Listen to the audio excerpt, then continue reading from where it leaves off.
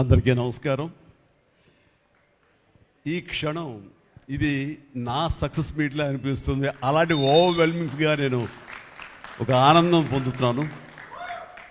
ఎందుకో తెలీదు, ఇక్కడ కావలసిన ఉన్న వాళ్ళందరూ కూడా నాకు ఎంతో కొంత ఎప్పటి నుంచో పరిచయం ఉన్నవాళ్ళు, ఎంతో ఆప్యాయత పంచుకున్నవాళ్ళు. సో వాళ్ళ ముఖంలో ఆనందం చూస్తుంటే కనుక ఇది నా ఆనందంలో అనిపిస్తుంది. ఈ సక్సెస్ మీట్ నా సక్సెస్ మీట్లా అనిపిస్తుంది. అండ్ ఇక్కడ గెస్ట్గా రాలేదు, మీలో ఒక పార్ట్గా, మీలో ఒక మీ ఆత్మీయుడిగా ఇక్కడికి వచ్చాను. అండ్ ఈ సినిమాకి ముందు నేను నాకు కలిసినప్పుడు ఎట్లా ఉంది, ఏంటి సినిమా మీది రాబోతుంది కదా అంటాను. డిఫరెంట్ క్యారెక్టర్ నేను అటెంప్ట్ చేశాను. And Dhanush is a lead character.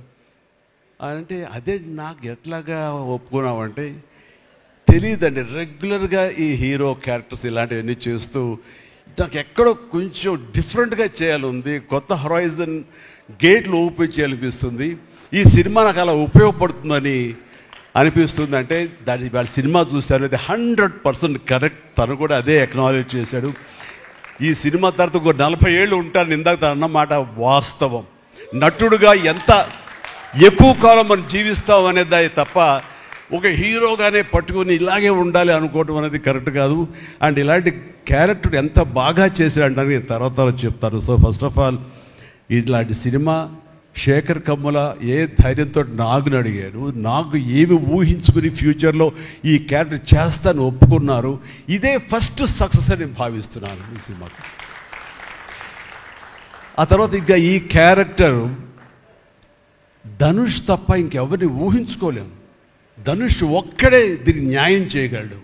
తన పెర్ఫార్మెన్స్ అనిపించింది క్యారెక్టర్ చూసిన తర్వాత.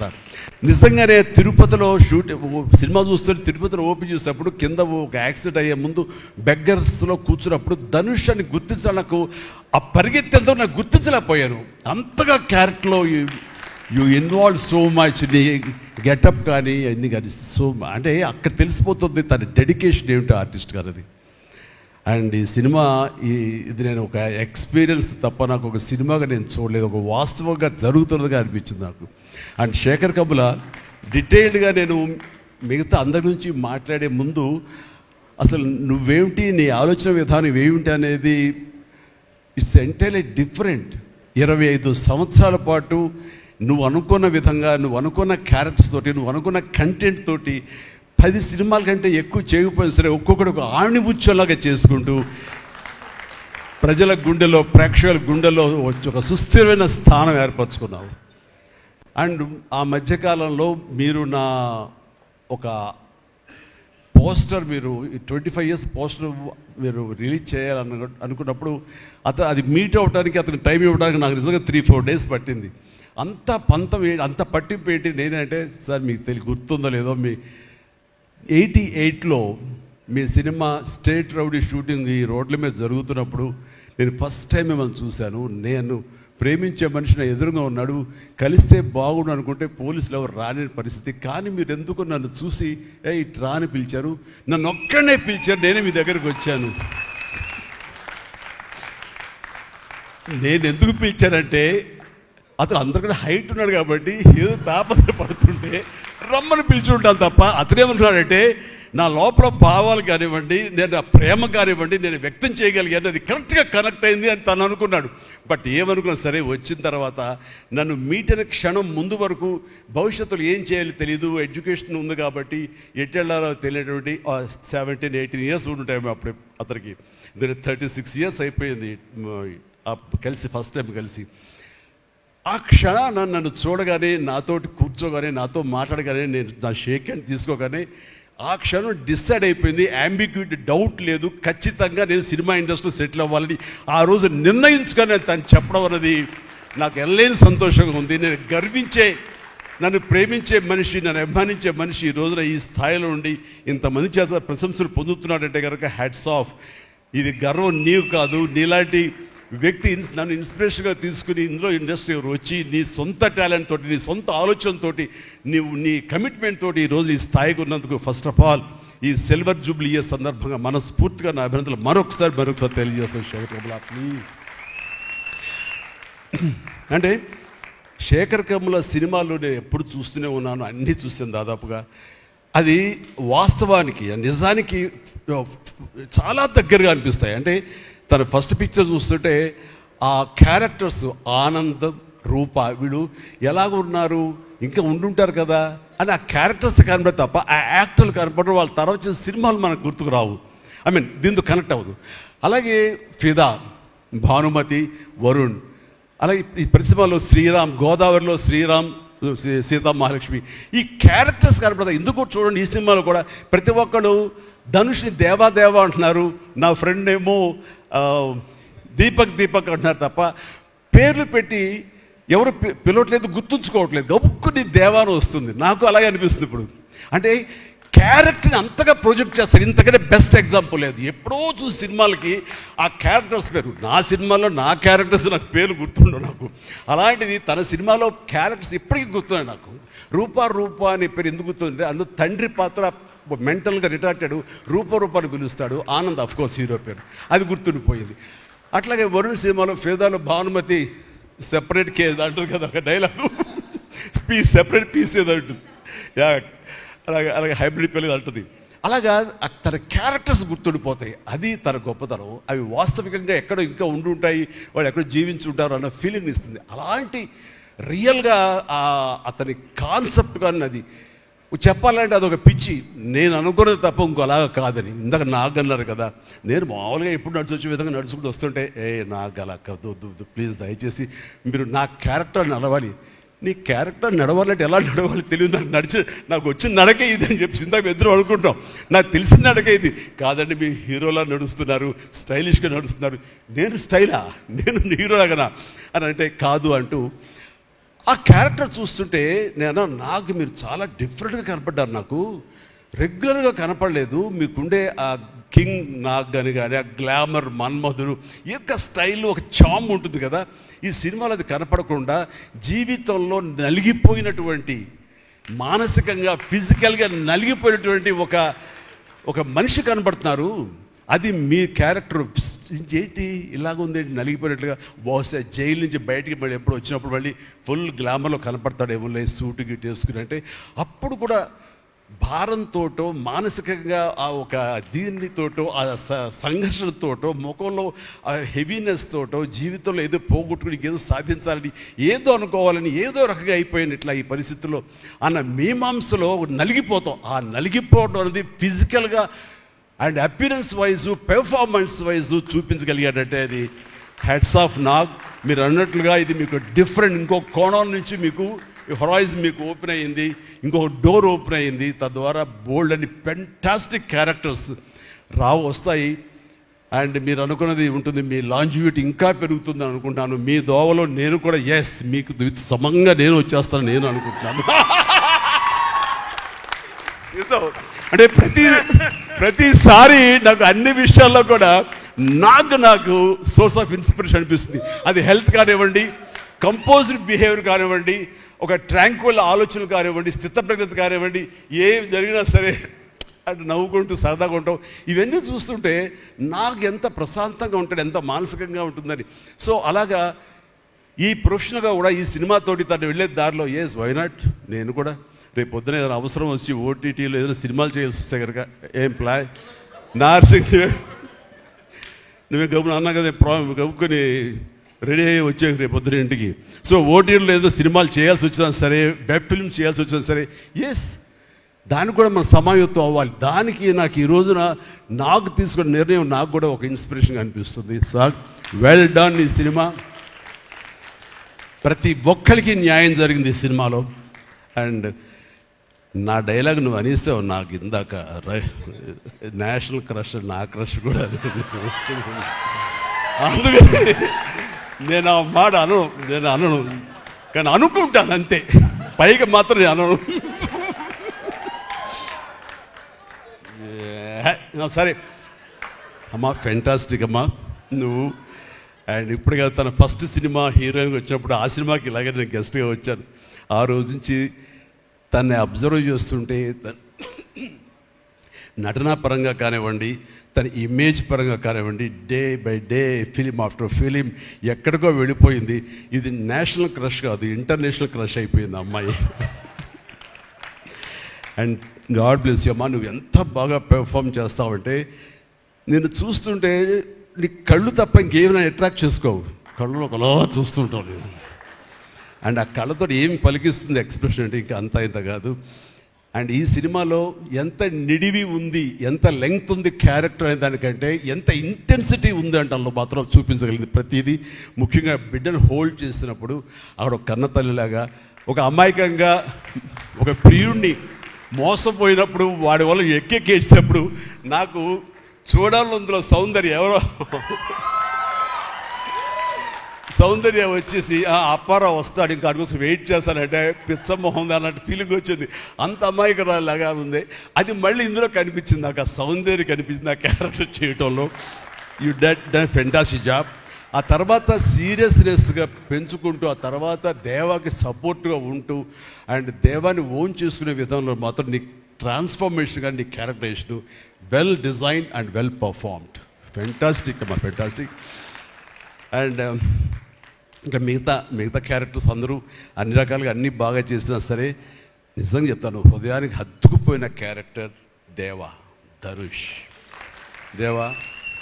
అంటే ఈ క్యారెక్టర్కి ధనుష్ తప్ప ఇంకెవరు లేరని, ఇంకెవరు చెయ్యలేరు. ష్యూర్ ఇంకొక హీరో లేడు.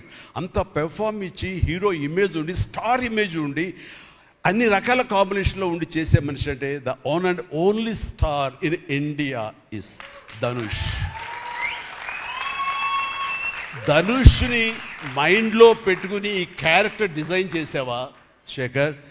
లేదు, నీ క్యారెక్టర్కి అతను అనుకోకుండా సరిపోయాడా అని అంటే నాకు లేదు. నువ్వు ధనుష్ని దృష్టిలో పెట్టుకుని ఈ క్యారెక్టర్ డిజైన్ చేసేవేమో అనుకో అనిపిస్తుంది నాకు. ఎందుకంటే ఈయన సపోజ్ నేను చేయలేని శేఖర్, వెరీ సారీ సార్, నా ரொம்ப బిజీயாக இருக்கேன், நான் பண்ண முடியாது అని சொன்னா என்ன பண்ணுவேని?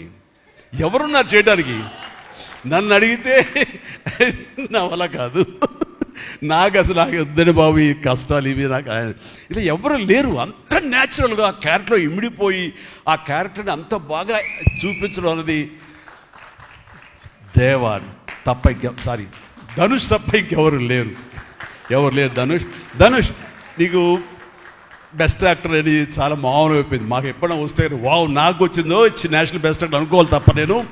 బట్ నీకు ఇది మామూలు అయిపోయింది. మళ్ళీ ముందస్తుగా నీకు అడ్వాన్స్గా చెప్పేస్తున్నాను, నీకు కంగ్రాట్స్. నీకు బెస్ట్ యాక్టర్ అనేది ఖచ్చితంగా రావాలి. లేకపోతే నీకు నేషనల్ అవార్డ్స్ అనేదానికి మళ్ళీ అర్థం లేదు. బట్ అది నీకు ఇది మామూలే, కానీ నీకు ఈ సినిమాకి వస్తే కనుక ఇందులో ప్రతి ఒక్కరికి ఇది గర్వకారణం. అది definite you will win. Fantastic. ఇక ప్రొడ్యూసర్స్గా మన సునీల్ ఉన్నాడు. సునీల్, భారత్ వీళ్ళిద్దరికంటే కూడా వాళ్ళ నాన్నగారు నాకు అత్యంతమైనటువంటి గౌరవనీయులు. అంత పెద్ద మనిషి ఆయన, అంత నిక్కార్సైన మనిషి. ఈ సినిమా బిజినెస్లో అంత ఆనెస్ట్తో ఉండే మనుషులు ఎవ్వరు లేరు. నాకు తెలిసి నాగార్జున ఎవరి కాళ్ళకి దండం పెట్టడు, ఒక్క మీ నాన్నగారికి తప్ప. ఆయన నాకు అంతే ఇష్టం, నేను ఆయనకి అలాగే ప్రణామం చేస్తాను. అంతటి ఇది ఆయనకు పుట్టిన బిడ్డలుగా ఆయన గౌరవాన్ని కాపాడుతూ ఆయన లెగసీని కంటిన్యూ చేస్తూ మీరిద్దరు ముందుకు వెళ్ళటం, మీరే కాకుండా థర్డ్ జనరేషన్ జాన్వి కూడా అదే దాంట్లో వెళ్ళటం అనేది జరుగుతుంది. మొన్న ఒక మాట అన్నావు, చెప్పచ్చు కదా? చెప్పనా? ఓకే సార్, మళ్ళీ మాకు సినిమా చేయాలి సార్ మీరు. వద్దులేవా, మీరు అది రకరకాలు చేసుకుంటున్నారు కదా మళ్ళీ ఎందుకు అని. సార్ మా నాన్నగారు మీ సినిమాలో డిస్ట్రిబ్యూట్ చేసి మేము బాగా డబ్బులు గడించాం సార్ అప్పుడు నైజాంలో. మీరు అప్పుడు నైజాంలో మీ సినిమాలు అంటే నైజాం కింగ్ అనుకునేవాళ్ళం మేము. ఆ తర్వాత మేము కొంచెం ప్రయత్నం చేసాం సార్, మాకు బాగా డబ్బులు వచ్చింది సార్, కానీ అల్లరి ఉంది గారు ఇక్కడ పెట్టేసరికి మాకు అవకాశం లేకుండా పోయింది. ఏమనట్లే ఇప్పుడు అది కట్ చేసేస్తాలే ఆ ముక్క, లేదు అది ఎడిటింగ్లో తీసేస్తాలే. అంటే సికింద్రాబాద్లో గీతార్స్ పెట్టారు కదా, అందుకే మీకు సినిమాలు రాకుండా పోయి సరే పక్కన పెట్టేద్దాం. ఆ తర్వాత మీ థర్డ్ జనరేషన్ జాహ్నవి సినిమా తీసి ప్రొడ్యూసర్గా అమ్మాయి రావాలనుకుంటుంది అనుకున్నప్పుడు I wish all the best for her. ఎప్పుడు కలుస్తాను అన్నాను. అదేదో మీరు ఇస్తే మీతోటి అమ్మాయి అడిగిన 3 జనరేషన్స్లో మా ఫ్యామిలీతోటి మంచి సంబంధం ఉన్నట్లు అవుతుంది అన్నారు. పాప మీ నాన్న అడిగారు, ఇంటికి వచ్చి చెప్పారు లేదో నాకు తెలియదు, but we are doing.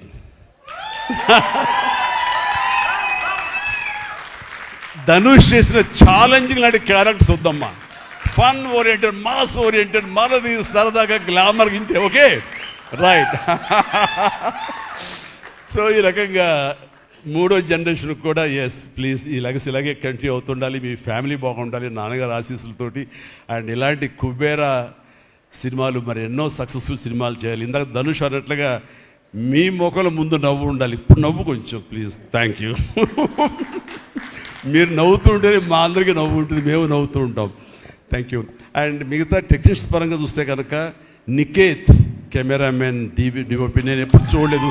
Hi Niket, I haven't seen your films. I don't remember even. But the way you are presenting yourself here is very much appreciable. I could see the energy, what you are pouring here, definitely it will reflect on the stage. Otherwise, Nagaja would have been praised you so much. And you also grab my attention. And future, I don't know, yes, maybe. And you have done a fantastic job. So initially when villain scenes are happening, that time I could see the top floor swimming pool. There I could see the richness of the film. So hardly they would have spent anything. So riches comes not because of the money. Riches comes with your viewfinder. So that way our credit goes to the whole film has grabbed attention and it looks very rich. So definitely please, I will awaiting you in future, and all the very best. Good luck. Then a great job as far as the camera is concerned. And then మా యోగేశ్వరుడు మా పెద్ద అనుకోండి పాపం లేని వయసు వద్దు sir కూర్చోండి sir మీరు లెగించండి please sit down take your seat sir మీరు లెగదు సార్ మమ్మల్ని ఇబ్బందిగా ఉంటుంది. ఇద్దరం చాలా నువ్వు అనుకుని మాట్లాడే పరిచయం మాకు శుభలేఖ సినిమా నుంచి 1980 నుంచి వీఆర్ వర్కింగ్ టుగెదర్.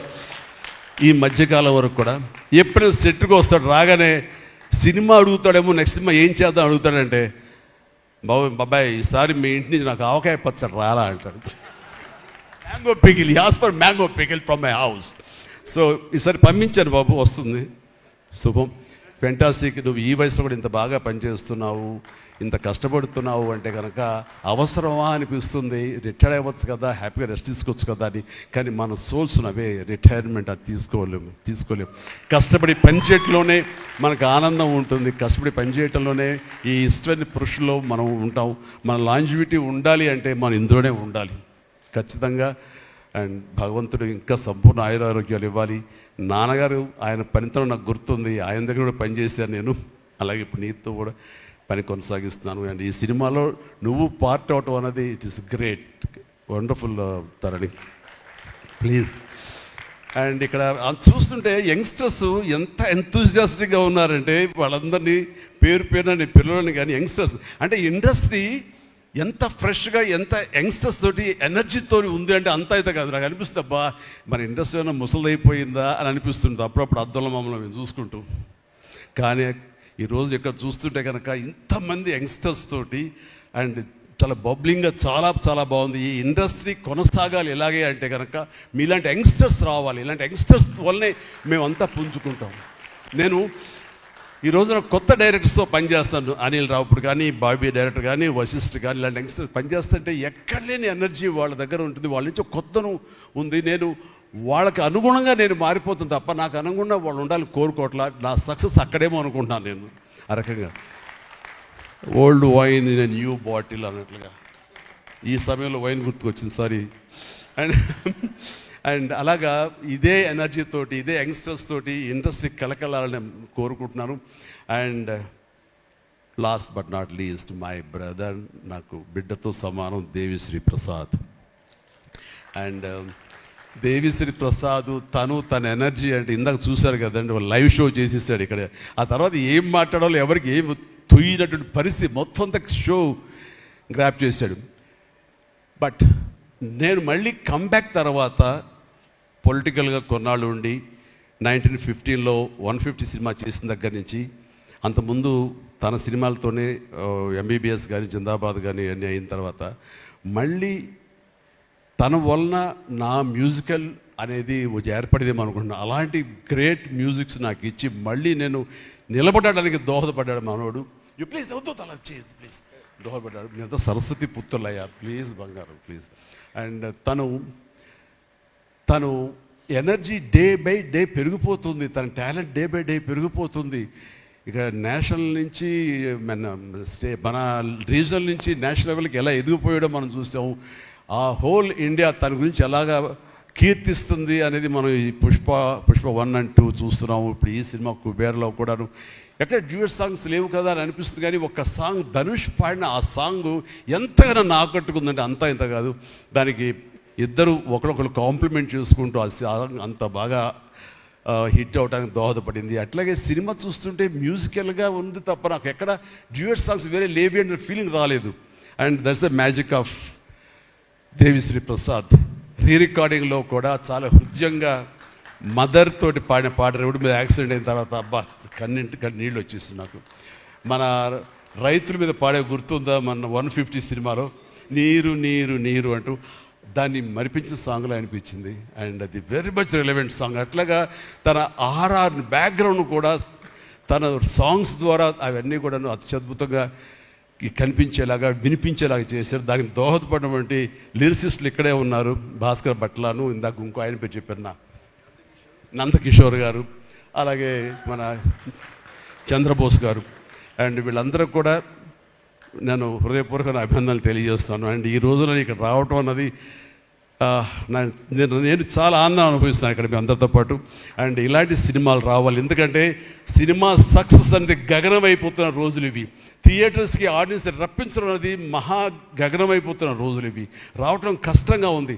ఎలాగ సినిమా థియేటర్లు కానివ్వండి ఇవి ఎట్లాగ సస్టైన్ చేయాలి, ఎలా నిలబడాలి అనేది చాలా క్లిష్ట పరిస్థితుల్లో ఇలాంటి సినిమాలు, ఇలా కంటెంట్ ఉన్న సినిమాలు, అంటే హృదయంగా ఉన్న సినిమాలు, ఎమోషనల్ సినిమాలు and big event films, big films ఇందాక చెప్పినట్టుగా మనవాడు అవన్నీ కూడా ఆడొచ్చు. కానీ ఇలాంటి సినిమాలు కూడా ఆడి కంటెంట్ మనం సరిగ్గా ఇవ్వగలిగితే, వాళ్ళ హృదయాన్ని మనం తాకగలిగితే ఖచ్చితంగా ఈ సినిమాలు చూస్తారు, థియేటర్కి వస్తారు అనే ఒక ధైర్యాన్ని భరోసాని ఇచ్చిన సినిమాలు ఈ మధ్యకాలం చూస్తున్నాము. చిన్న చిన్న సినిమాలు అయితే పెద్ద సినిమాలు అయితే అందులో ఈ రోజున శేఖర్ మీరు మరొకసారి నిరూపించారు. ఇందాక ఎవరో మిమ్మల్ని చేశారు, నిజంగా మనస్ఫూర్తి చెప్తాను, క్రెడిట్ గోస్ టు యూ.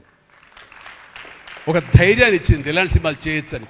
ఇంకా ఈ పెద్ద పెద్ద సినిమాలు తప్ప, రక్తపాతాలు తప్ప, కొట్టుకోవడాలు తప్ప, నరుకోవడాలు తప్ప ఇంక ఇలాంటి సినిమాలు రావా, వస్తే చూడరా, ఇవన్నీ 10 రోజులు ఆగితేనో నెల ఆగితేనో ఓటీటీలో చూసేద్దాంలే అని దాంతో ఉండిపోతారా, ఏమైపోతే ఇండస్ట్రీ అనేటువంటి ఒక అభద్రతా భావం నుంచి ఈ సినిమా ద్వారా ఇలా తీయగలిగితే, సత్తా చూపగలిగితే, హ్యూమన్ ఎమోషన్స్ని టచ్ చేయగలిగితే, కంటెంట్ కొత్తగా ఉండగలిగితే కనుక థియేటర్కి వస్తారు, చూస్తారు, భరోసా ఇచ్చావు.